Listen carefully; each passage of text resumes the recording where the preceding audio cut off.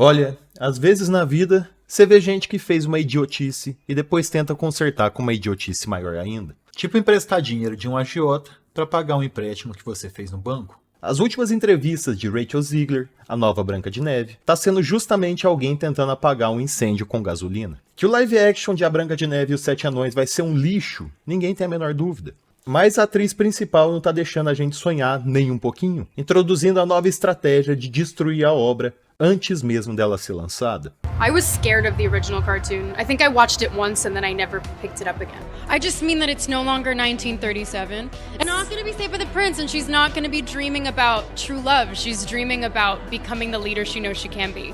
Reality is that the cartoon was made 85 years ago, and therefore it's extremely dated when it comes to the ideas of women being in roles of power. Alegando que obras icônicas da literatura são datadas e fora de contexto com o mundo de hoje, ela não se cansa de cuspir a velha ladainha do empoderamento feminino. E coitada, em suas aparições públicas, ela parece aqueles jogadores de futebol que não sabem direito o que falar e acabam repetindo sempre a mesma coisa, mas sem a desenvoltura e malemolência de um Hudson de São Paulo. A melhor quarta-feira de Libertadores é a do São Paulo. Mas hoje é quinta, rapaz. Não interessa. Sim, Rachel, a obra original da Branca de Neve não era sobre mulheres empoderadas, era um conto de fadas mesmo, e sua adaptação da Disney foi uma releitura para um público mais infantil. Você não é uma revolucionária por ter percebido que o feminismo não estava presente nessa obra dos irmãos Grimm do século XIX. A história originalmente é sobre poder e inveja. Um monarca viúvo que possui apenas uma filha se casa novamente com uma mulher narcisista e cruel, que manda matar a princesa para ser a sucessora do trono e a mais bela do reino novamente. A falta de contextualização, na verdade, vem da própria atriz, ao acusar o príncipe de ser perseguidor de mulheres ou um tarado esquisitão. There's a big focus on her love story.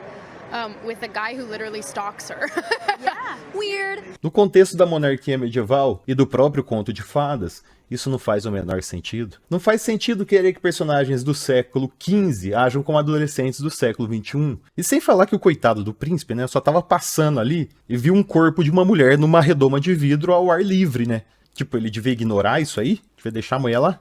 Além disso, percebemos que até a figura mais poderosa da trama é a própria madrasta, é a rainha vigente, detém a força militar, poderes mágicos e astúcia. E até a Branca de Neve também demonstra grandes virtudes. Ela não aceita ficar gratuitamente na casa dos anões. E mesmo sendo uma princesa delicada, faz todo o trabalho doméstico em uma casa que vive em 8 pessoas. A própria vulnerabilidade dela vem do fato de uma inocência pueril e gentil. Tudo, absolutamente tudo que está envolvido no conto de fadas, são alegorias e figuras arquetípicas. Aquilo que Carl Jung diz fazer parte do inconsciente coletivo. É um conjunto de sentimentos, pensamentos e lembranças compartilhadas por toda a humanidade. Ou seja, Branca de Neve e os Sete Anões é uma obra para todas as gerações. Não apenas a sua própria geração, mas todas as subsequentes. Pois ele é capaz de passar uma mensagem que todos os povos conseguem compreender em qualquer época.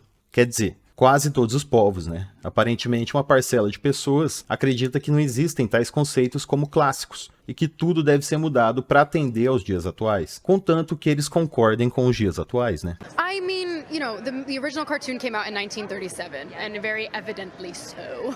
I just mean that it's no longer 1937.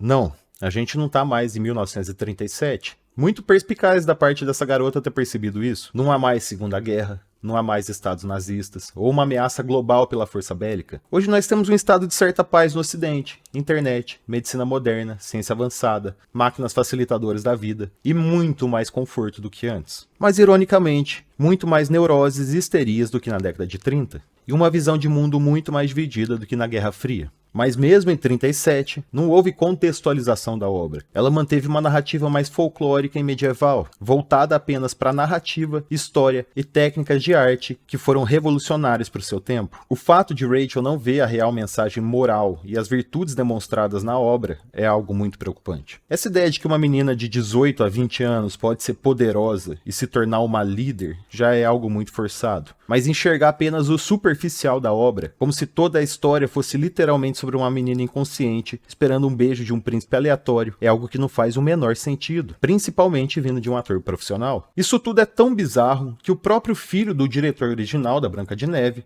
se manifestou contra o filme em entrevista ao The Telegraph. David Halohan chama a nova adaptação de desgraça. afirmando que seu pai e o Walt Disney devem estar revirando no túmulo pela falta de respeito. She's not going to be safe with the prince, and she's not going to be dreaming about true love. She's dreaming about becoming the leader she knows she can be. It's really not about the love story at all, which is really, really wonderful. Se na arte você não pode retratar a busca de um amor verdadeiro como o fim, por ser algo datado e pedante, aonde que eu vou poder representar esse sentimento? Nesse sentido, as obras de arte estão deixando de ser belas para serem utilitárias, em prol de alguma ideologia ou só mercadológicas mesmo. A técnica, a inspiração e a proporção são postas de lado para que uma mensagem política seja transmitida. E é muito mais plausível a busca por um amor verdadeiro do que encontrar 7 sujeitos mágicos de continentes diferentes que vivem todos juntos numa cabana em uma floresta da Alemanha medieval. Devotar a sua vida para sua carreira só pode ser algo nobre quando você faz isso para servir alguém, seja a sua família ou a sociedade em si. Se tornar poderoso e bem-sucedido por motivos egoístas só pode levar a resultados catastróficos. Esse é o princípio da narrativa heróica, um vilão que busca algo por motivos egoístas e um indivíduo que se torna herói por defender algo que vai além dele mesmo. Na cabeça desse povo, a Branca de Neve não devia ter sido beijada pelo príncipe quando estava inconsciente. Devia ter sido deixá-la lá, semi-morta, pro resto da existência. Talvez o roteiro ficasse satisfeito quando a Branca de Neve e a madrasta se unissem, matassem o rei, assumissem um relacionamento homoafetivo e vivessem felizes para sempre. Mas se a Gal Gadot quiser ser minha madraça malvada aí, eu tô aceitando sem muita dificuldade. Ai, Rachel Ziegler. Além de mulher empoderada, é também ativista dos roteiristas. Acreditando ser um grande esforço ficar horas usando um vestido cafona e se utilizando disso como argumento para um aumento no salário de escritores medíocres. Hi, my name is Rachel Ziegler. I'm an actor and I'm a proud member of SAG-AFTRA in solidarity with the Writers Guild of America to get better wages for everyone involved. Thank you so much. I say, if I'm going to stand there 18 hours in a dress of an iconic Disney princess, I deserve to be paid for every hour that it is streamed online. A menina tá comparando estrelar como protagonista em um filme que metade do planeta daria um dedo pra fazer, com trabalhar horas e horas dentro de um escritório. Praticamente mordendo a mão que a alimenta, considerando usar um vestido como uma ação trabalhosa, nobre e digna de remuneração. Esse é o exemplo perfeito do argumento ad canis circundatus. O argumento de que compensa mais cortar cana do que fazer seu atual trabalho. Tá aí, destruindo o remake em 3 passos fáceis. Primeiro, menosprezar a obra original da própria empresa. Segundo, politizar as personagens icônicas. Terceiro, reclamar do seu emprego e do seu empregador pra mídia. Por que será que a Disney faz isso com a própria obra? Por que esses atores completamente sem história acreditam serem tão importantes? Por que todo mundo finge que tá tudo bem não ter anões e nem Branca de Neve no filme? Por que será que os roteiristas estão ganhando tão pouco com essas fezes em forma de roteiros? Mas pra fechar com chave de ouro, Rachel Ziegler, no auge da sua maturidade de jovem criada a leite com pera na era digital, grava um vídeo bem passivo-agressivo sobre como ela tá sofrendo com os frequentes ataques na internet e como é difícil e solitário para ela. E ainda acredita que essa mesma internet vai perdoar de alguma forma. This is a life. This is real. But it's hard.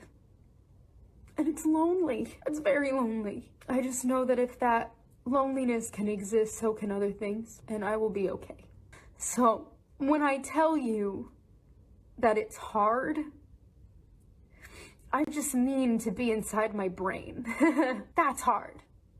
A parte do difícil dentro do cérebro dela me quebra um pouco, pra falar a verdade. Tem uma pitada de Dilma nesse discurso aí. Mas é isso, Rachel Ziegler. Quem fala o que quer e faz o que quer, recebe reações à altura. Isso faz parte do que nós chamamos de responsabilidade. Se é solitário para uma atriz de Hollywood, ainda jovem, em um papel de destaque, imagina para o cortador de cana, coitado, que só queria ver um filme de princesa da Disney depois de uma semana árdua no canavial. Você tem um discurso grandioso, Rachel Ziegler. Argumenta sobre empoderamento feminino, Rachel Ziegler. E como as mulheres não precisam de ninguém, Rachel Ziegler. Mas se faz de vítima quando confrontada com a realidade da rejeição do público. E é fácil ser empoderada quando todo mundo puxa seu saco, né? É fácil falar para as outras mulheres serem solitárias, focarem em serem líderes e não procurarem o amor quando você é rodeado de gente que te adora e tem seu trabalho resumido em usar um vestido. E realmente, ficar usando um vestido feio e cafona por horas deve ser um esforço extraordinário para alguém que nunca levantou um saco de arroz na vida. Consegue trocar um galão de água sozinha aí, Rachel Ziegler? Não dá, né? Aí o feminismo acabou, né? Pede pro príncipe te ajudar aí. Enfim, é isso que eu tenho pra hoje. E eu vou começar a usar vestido pra ver se eu ganho mais.